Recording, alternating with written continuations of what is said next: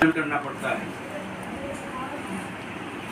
इस संगठन की स्थापना का एक उद्देश्य ये भी है कि अगर हर बाजार में हमारी इकाई होगी तो पारिवारिक झगड़े, संपत्ति के झगड़े बंटवारे से संबंधित, वैवाहिक समस्याओं से संबंधित इनका समाधान शायद वहाँ की इकाइयाँ कर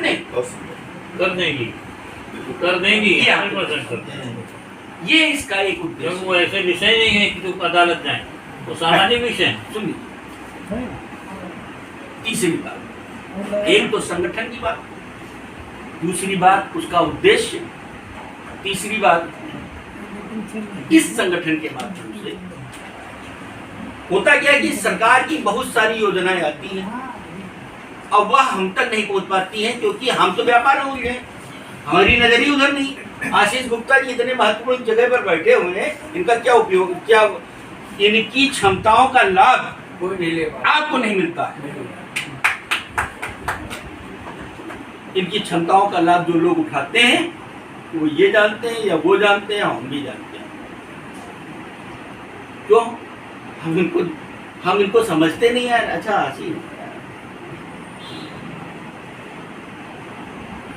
अरे ये तो वो हस्ती बैठी हुई है जिसकी वजह से 3 लोगों की जान बची हुई 3 दिन पहले।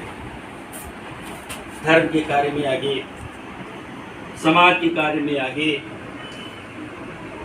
अभी आप लोगों को शायद नहीं पता है, मैं थोड़ा सा अभी आ जाऊंगा विषय पर, बता दूं, बात आ गई, ये भी चर्चा बहुत जरूरी है। आप लोगों को जान करके एक बात, अभी एक एक्सीडेंट हो गया परसों।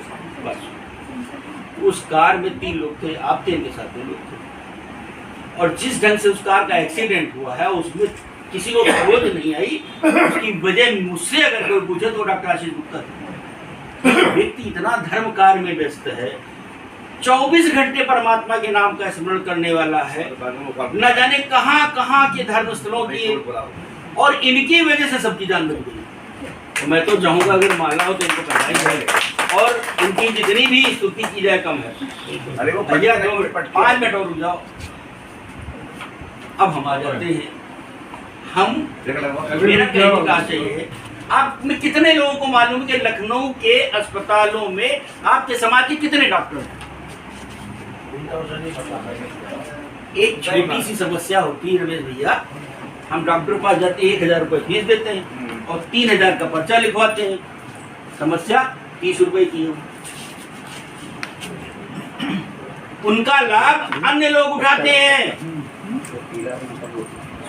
अरे भैया एक फोन कर दो उनको, अपने समाज से जोड़ो, मंच पे सम्मानित करो, एक फोन कर दो। भैया कोरोना में आनंद जी ने करवाया तो समाज के लोगों की पहचान करना, उनके पीछे खड़े होकर के उनको मजबूती प्रदान करना और उनकी क्षमताओं का लाभ समाज तक पहुंचाना, ये भी संगठन का कार्य होता है। बिल्कुल सही। अभी वकील साहब ने कहा कि भैया मैं निःशुल्क सेवाएं दूंगा, इतना बड़ा टैलेंट है और समाज को उसका लाभ नहीं मिलता, अन्य लोग उठाते हैं। ये तो संगठन के विषय में चर्चा करूंगा तो शायद 2-3 घंटे 4 घंटे भी कम होगी। बहुत सारे लोग बहुत दूर दूर से भी आए हैं, समय अधिक हो चुका है। आपके 3-4 प्रश्नों का उत्तर मैं दे चुका हूँ। अब मैं ये आ जाता हूँ कि भविष्य की योजनाएं क्या है। ये तो संगठन की आवश्यकता क्या थी और संगठन के उद्देश्य क्या है, उसके लाभ क्या है, इस विषय में मैंने चर्चा की। संगठन होने से आपको सामाजिक रूप से लाभ मिलता है, आर्थिक रूप से लाभ मिलता है, राजनीतिक रूप से लाभ मिलता है, प्रशासनिक रूप से लाभ मिलता है, शैक्षिक रूप से लाभ मिलता है। जीवन के प्रत्येक क्षेत्र में एक संगठन की जो भूमिका होती है उसका वर्णन महज आधे घंटे में नहीं किया जा सकता, विस्तृत विषय है।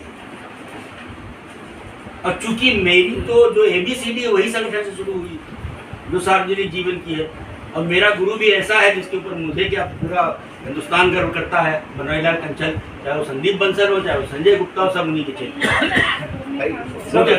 सबसे पुराने व्यक्ति है, सबसे वहीं से तो निकल। और इस संगठन को बनाने में भी उन्हीं का आशीर्वाद है। यदि उन्होंने मुझसे नहीं कहा होता कि सुनील तुम ये काम करो, मैं तुम्हारे साथ हूँ, तो शायद मैं हिम्मत नहीं जुटा पाता।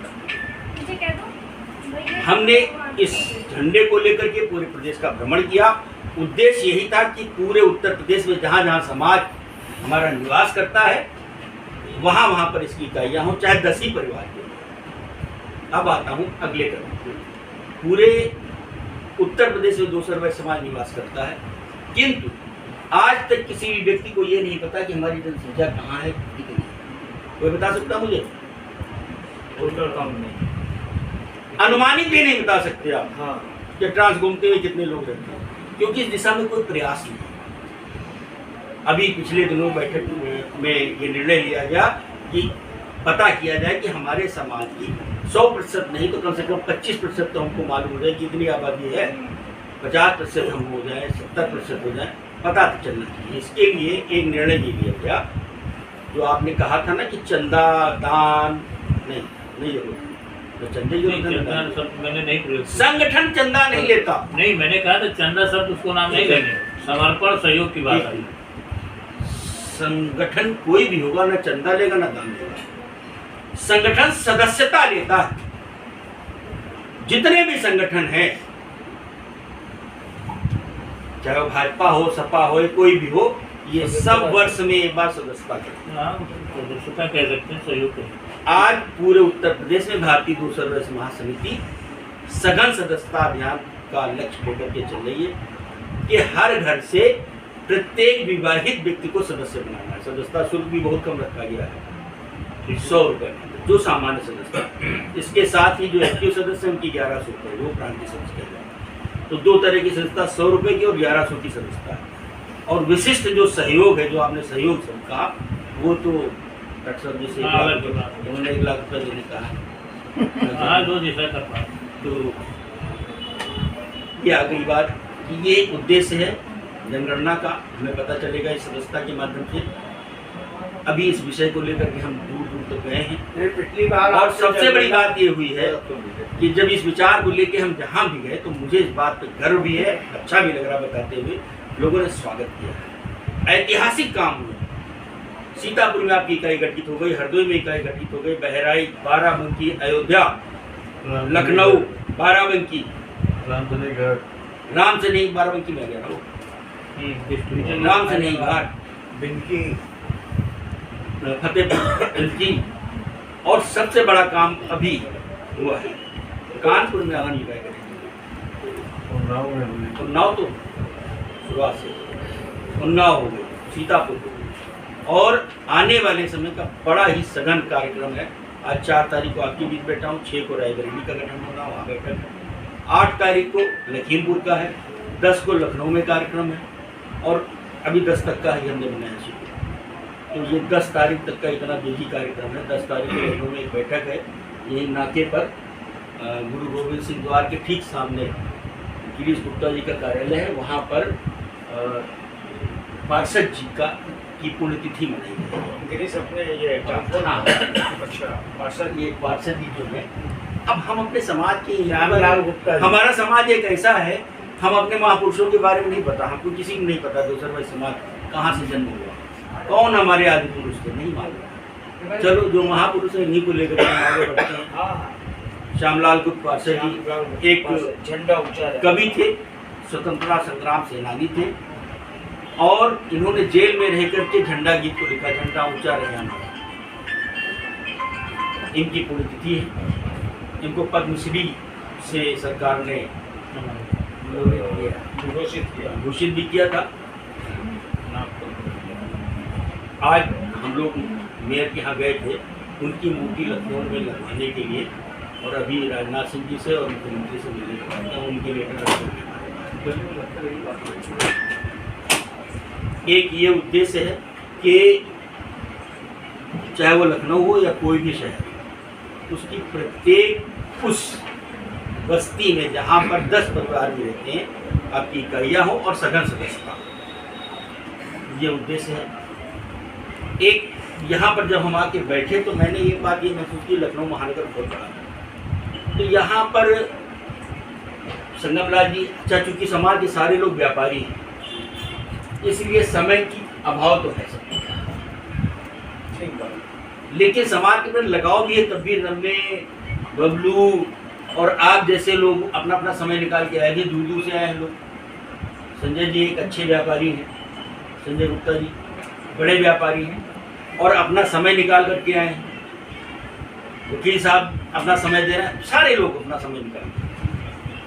तो लखनऊ में अगर ट्रांस गोमती को की इकाई एक बना दी जाए तो शायद कार्य गति देने में थोड़ा सा मदद मिलेगी।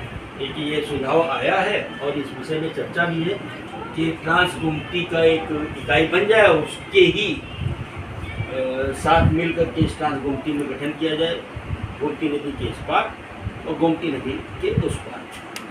अध्यक्ष लखनऊ के संगमलाल गुप्ता है कि ट्रांस गोमती का एक अध्यक्ष हो, जैसे कि जिलाध्यक्ष श्याम मूर्ति गुप्ता जी हैं, लखनऊ महानगर अध्यक्ष संगमलाल, तो ऐसे एक ट्रांस गोमती का अध्यक्ष लखनऊ का होना चाहिए। अध्यक्ष भी, महामंत्री, कोषाध्यक्ष और पूरी इकाई हो 51 लोग कम से कम। तो अगर आप लोगों को ये बात पसंद आई तो स्वागत करें और इस दिशा में प्रयास करें। ये जिम्मेदारी मैं सुनील जी को देता हूँ कि यहाँ की कमेटी का गठन करके वो मुझे 1 हफ्ते में देंगे। किसको अध्यक्ष बनाना है, किसको महामंत्री, मैं तो महामंत्री के लिए मेरे दिमाग में एक नाम है, रख दूँ? नहीं वो अध्यक्ष बता तो दीजिए पहले। मैं सुनील जी को यहाँ महामंत्री बनाना चाहता हूँ। ठीक है, स्वागत है। नहीं, ट्रांस गोमती गोमती गोमती के पार। है, गोमती के इस तरफ। उस पार अरे अभिनंदन है। ठीक है, ठीक है, ठीक है। अध्यक्ष के लिए आप नाम दीजिए। महामंत्री का दायित्व सबसे बड़ा होता है, सुनील जी हाथ ऊंचा करिए, सब लोग प्रशासनिक रूप से सबसे ज्यादा कार्य करता है और सुनील जी काम करने में आगे हैं। थोड़ा समय है, बिल्कुल है। समय भी देते हैं और तो सांगठनिक कार्य करने के लिए महामंत्री और अध्यक्ष उसको बनाइए जिसको आपका दिल करे। चाहे रमेश जी को बना दीजिए या ट्रांस गोमती में, हाँ समय से खाते रहिए। ये आप सोच करके बताइए। आशीष जी को साथ में लेकर के, आशीष जी आप रमेश भैया